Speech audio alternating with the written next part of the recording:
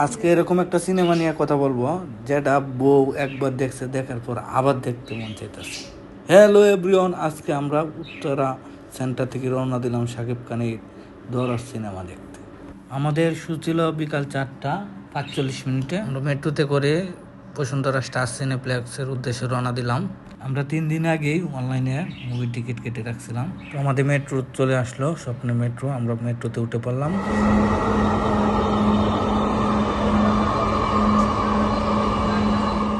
Finally আমরা চলে আসলাম Bashundhara city shopping মলে। তো মুভি দেখার জন্য এত এক্সাইটেড ছিলাম, আমরা সাথে সাথেই গিয়ে হলে ঢুকে পড়ি এবং হল পুরো খালি ছিল।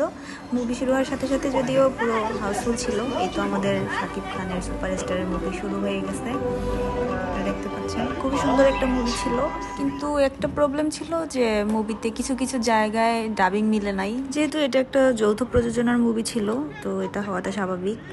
আর মুভিটা ছিল একদম পুরো ফ্যামিলি নিয়ে দেখার মতো। এটা একটা সাইকো থ্রিলার মুভি ছিল, বাংলাদেশে প্রথম এরকম কাহিনী নিয়ে একটা মুভি বানানো হয়েছে। আমার কাছে তো অনেক ভালো লাগছে, আপনারা চাইলে দেখতে পারেন, আপনাদের কাছেও আশা করি অনেক ভালো লাগবে।